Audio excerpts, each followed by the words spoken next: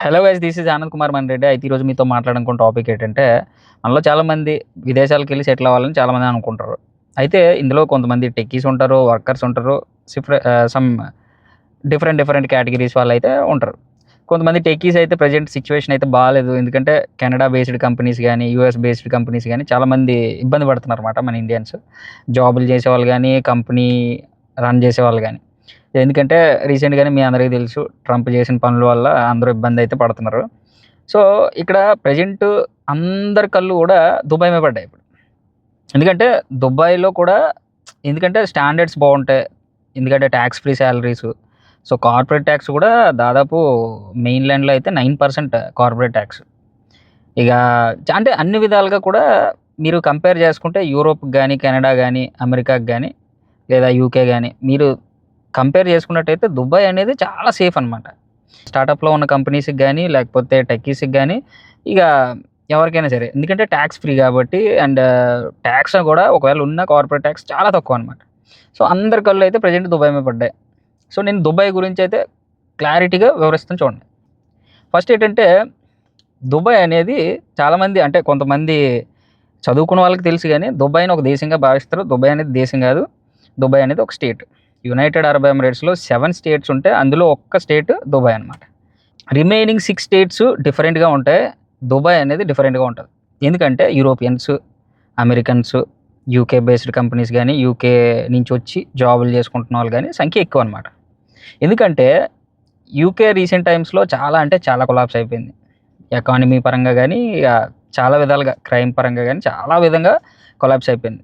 Education తప్పితే అక్కడ ప్రస్తుత పరిస్థితులైతే చాలా ఘోరంగా ఉన్నాయన్నమాట. ఎడ్యుకేషన్ పరంగా ఓకే గానీ, మిగతా వరకు చాలా ఎందుకంటే లివింగ్ స్టాండర్డ్స్ బాగా పెరిగిపోయాయి. ఎక్స్‌పెన్సెస్ పెరిగిపోయినియి. సో, ఆపర్చునిటీస్ కూడా చాలా తగ్గిపోయినియి. సో, యూకేలో ఉన్న వాళ్ళకి సో, అక్కడ సాలరీలు సరిపోక చాలామందైతే దుబాయ్‌కొచ్చేసి ఎందుకంటే ఇక్కడ లివింగ్ కాస్ట్ మీరు కంపేర్ చేసుకుంటే యూకేతో ఇక్కడ చాలా తక్కువ. సో, వాళ్ళకి కన్వీనియంట్‌గా ఉంటది కాబట్టి యూకే వాళ్ళని నేను చాలామందిని చూసాను. మా బాస్ గూడా ప్రెజెంట్ బాస్ గూడా యూకే అనమాట. జాకోడ్ ఆయన పేరు. సో, అది పక్కన పెట్టేద్దాం. సో, ఇకపోతే ప్రతి కంట్రీని డివైడ్ చేసి మాట్లాడాలంటే వీడియో లెంత్ ఎక్కువైపోద్ది కాబట్టి షార్ట్‌లో లేపేద్దాం. సో, విషయానికొస్తే ఇక్కడ దుబాయ్‌లో అడ్వాంటేజెస్ ఏంటి, డిసడ్వాంటేజెస్ ఏంటి అనేది మీకు క్లారిటీగా చెప్తాను చూడండి. ఇక్కడ అడ్వాంటేజెస్ ఏంటి అంటే టాక్స్ ఫ్రీ సాలరీస్ మీకు ఆల్రెడీ చెప్పాను. సేఫ్టీ అండ్ క్రైమ్ విషయంలో మీరు అన్ని విషయాల్లో మీరు ఎటువంటి టెన్షన్ తీసుకోవాల్సిన పని లేదు. కెరియర్ గ్రోత్ కూడా బావుంటది వన్స్ మీరు సెటిల్ అయిన తర్వాత. అంటే జాబ్ దొరికిన తర్వాత. సో, ఇవి అడ్వాంటేజెస్. డిసడ్వాంటేజెస్ ఏంటంటే బయట దేశాల్లో పార్ట్ టైమ్ జాబ్స్ చేస్తూ సర్వైవ్ అయితే అవ్వగలరు. బట్ ఇక్కడ పార్ట్ టైమ్ జాబ్స్ అనేవి దొరకవు. 99.9% ఎక్కడ దొరకవు. ఇంకొక విషయం ఏంటంటే ఫ్రీడమ్ ఆఫ్ స్పీచ్ పేరుతో మీరు బయట దేశాల్లో వాళ్ళని వీళ్ళని నోటికొచ్చినట్టు దుర్భాషలాడుతూ ఉంటారు. ఇక్కడ అలాంటివి కుదరదు అనమాట. ఎందుకంటే వీళ్ళు ఇప్పటికీ కూడా రాజుల పాలనలోనే ఉన్నారు. This is not a democratic country. So, మీరు ఈ రెండిట్లకి వ్యత్యాసం అయితే తెలుసుకోవాలి.